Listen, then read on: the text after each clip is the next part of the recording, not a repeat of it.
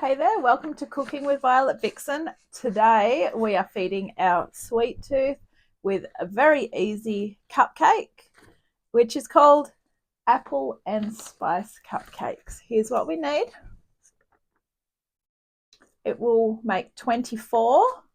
So apart from this, which I will get to in a moment, you will also need a bowl, a stirring stick, a oven on 200. I'm putting mine on 180 because it does what it wants to do. You will need 24 patty pan little paper cases and 2 trays to put them on, as demonstrated here. So 2 lots of these. You can get coloured ones or whatever you want if you want to do a theme. This is just, I was lucky I had 24 left, so that's good. And the main reason I like to use these is it's easier for washing up and it's easier for transporting them as well if you need to. You also need a sieve because we are sifting flour, and you will need a vegetable peeler and a grater. So come on in, I'm going to talk you through the ingredients.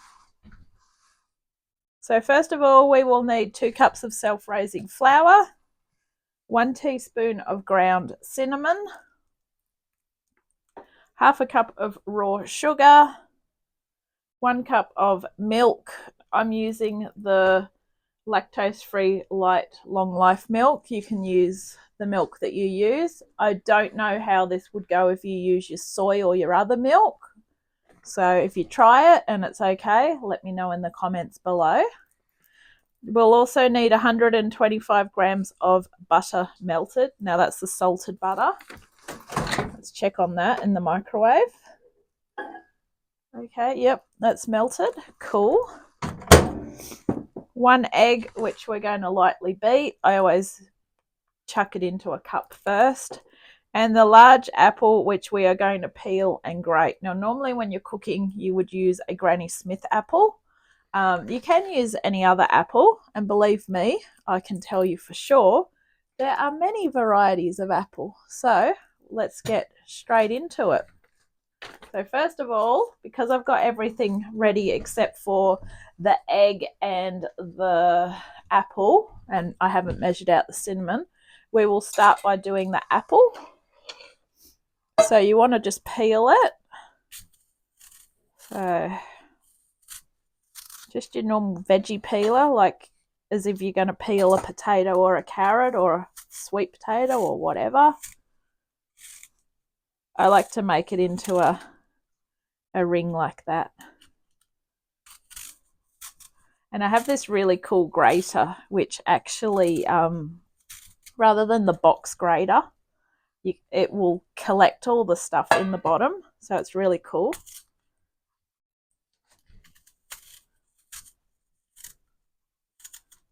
Look at that, the sun decides to come out for a little while now. Well, who knows?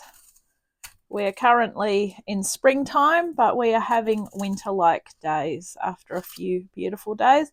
It's not going to worry me too much because after today I'm back to work for a couple of weeks. So everything's going to be on the go. All right, straight away. Easy peasy.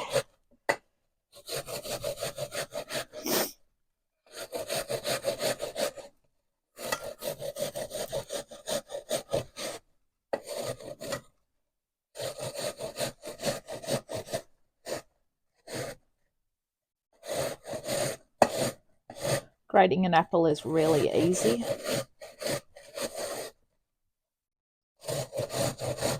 And this box grater, or it's not a box grater. A box grater is the one that I normally use. This one's like a flat grater. I do have a device that goes on the food processor, but it's the setting it up and the extra washing up that makes it not worth using. There we go. I would use it if I was making coleslaw because that makes it quicker, but I haven't made coleslaw for years, so maybe I might do that soon. as the weather warms up. There we go, because coleslaw would make a good side dish for a few nights. Okay, let's bring over our bowl and our sieve. And the beauty of this one is we don't need our electric mixer. So grab that, grab a sifter. I like this one because it sits straight over the top of my favourite bowl. I always use this bowl.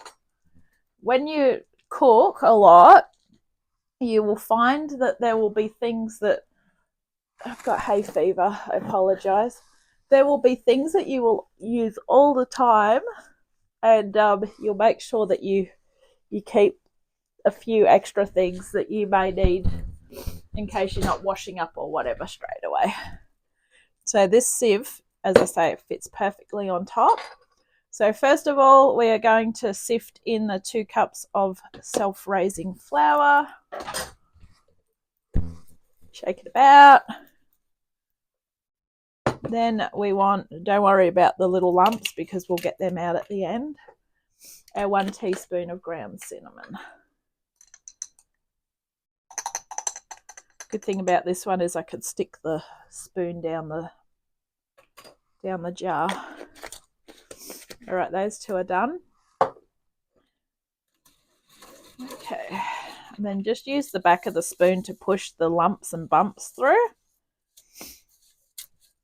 And then just chuck the rest in. Okay, that's finished.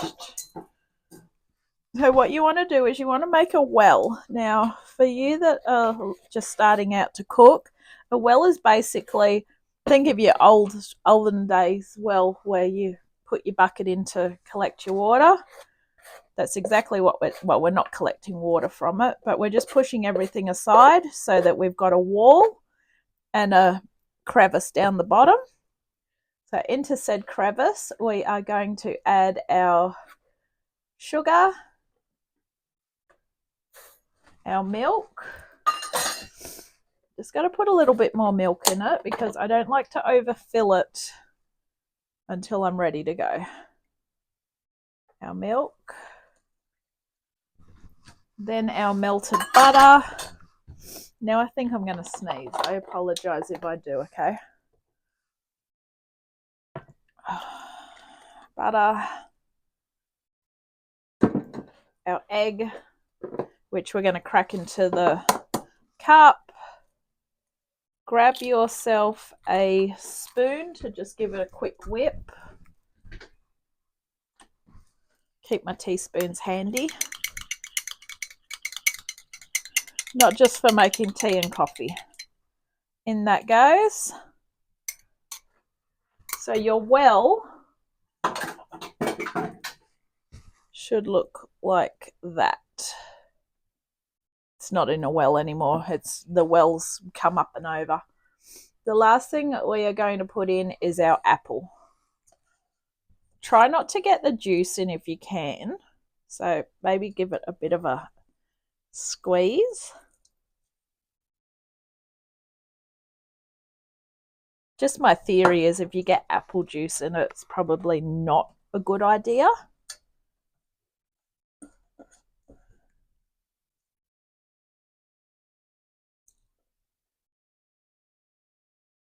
There we go. I'm going to give that apple juice to my tree. It needs all the help it can get. And the life of a healthy apple might help it. All right, stir away with your handy pink spatula or whatever you use. And just keep bringing the flour into it. Mix it through. Make sure you get all your cinnamon in. That's the way. In we go. Beautiful. All right, now let's bring our patty pans over. Give this a quick wipe down. Now grab a fairly big spoon. I always like to use a soup spoon, not a cereal spoon. And then that way you get a little bit more mixture per... Oh, I lost one of my cups. you get a little bit more mixture per spoonful, making it quicker. All right. Sit there. Behave yourself. All right. In we go. You see what we're doing here. Tilt you down. All right. Just a little bit per cup. We can go back over with whatever's left over.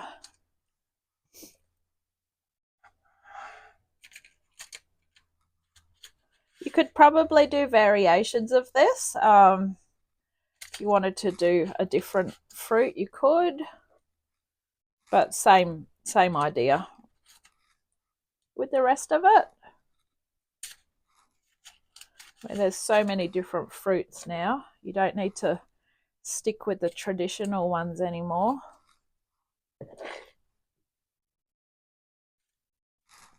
It's really good. Good to be able to get so many different fruits and veggies.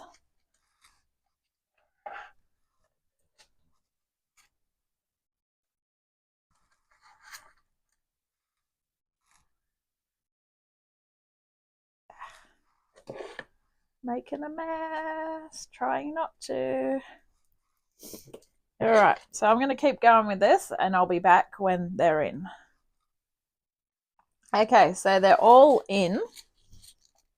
Just try and spread some out a bit, even though they'll probably do it on their own.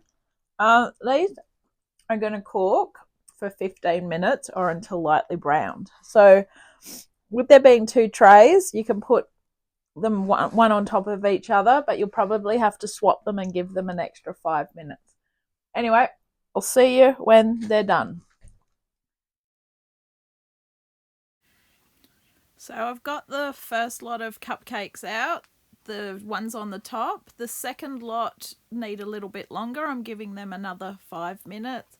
But as you can see, these are nice and golden on the top. So in 5 minutes, I'll have the other ones out. So thank you for watching this episode of Cooking with Violet Vixen. This has been apple and spice cupcakes. Hope you've enjoyed, and I'll catch you on the next one. Bye.